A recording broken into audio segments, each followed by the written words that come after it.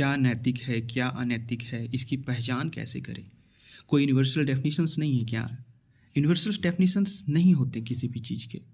उसके जो कुछ ऐसे कंपोनेंट्स हैं जो कि यूनिवर्सल होते हैं। जैसे आप जीवन में जो भी कार्य करते हो वो नैतिक है या अनैतिक है, इसका मुख्य केंद्र रहता है मुक्ति, लिबरेशन, कि आपकी क्रियाओं में किसी की मुक्ति बाधित हो रही है या नहीं। Somebody is moving towards the liberation और नॉट। आप कहोगे लिबरेशंस की डायरेक्शंस क्या है? तो लिबरेशंस की डायरेक्शंस नॉलेज होते हैं और उनकी जो एक्सपीरियंसेस होते हैं वो होते हैं। तो ऑर्डर ऑफ नॉलेज की बात कर लेंगे फिर। तो आपकी जैसे ये इंद्रियां हैं, सेंसेस हैं, फैकल्टीज हैं, जिससे आप बाहर के नॉलेजेस को ग्रैप्स करते हो। फिर आपके बाद मन है, माइंड है, जिसमें थॉट्स, प्रोसेसेस सभी कुछ चलते हैं। फिर उसके बाद कॉन्शियसनेस है, right, and there is so on, and the last is there ignorance is going to end in the शून्यता, राइट। सो एक ऑर्डर है, राइट।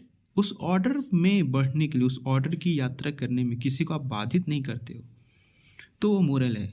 अगर आप बाधित करते हो तो वो इमोरल है, राइट।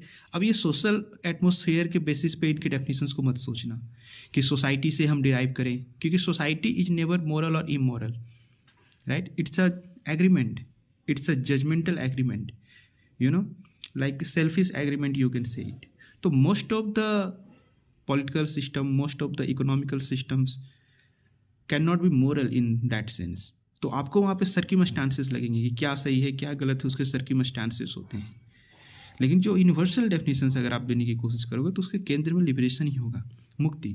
ना आप खुद की मुक्ति को बाधित करो ना दूसरों की मुक्ति को बाधित करो। तो प्रेफरेंस किसको देंगे? दूसरों की मुक्ति को बाधित ना करो, आपकी क्रियाओं के द्वारा दूसरों की मुक्ति को बाधित ना किया जाए। फॉर एग्जाम्पल, किसी ने जाति व्यवस्था बनाई तो वो चाहता है कि मैं ही हर चीज़ों को भोग लूँ, लेकिन किसके कॉस्ट पे? On the cost of others labour, on the cost of others suffering. तो ये नैतिक नहीं है। धर्म का भी वैसा ही है। अगर एक धर्म दूसरे धर्म पे चढ़ के बोले कि we just want to enjoy all the fruits, right, and others not because they are inferior to us. So ये जो inferiority complex है, superiority complex, ये सभी हमेशा से अनैतिक रहे हैं क्योंकि they are not in the direction of liberation. Okay?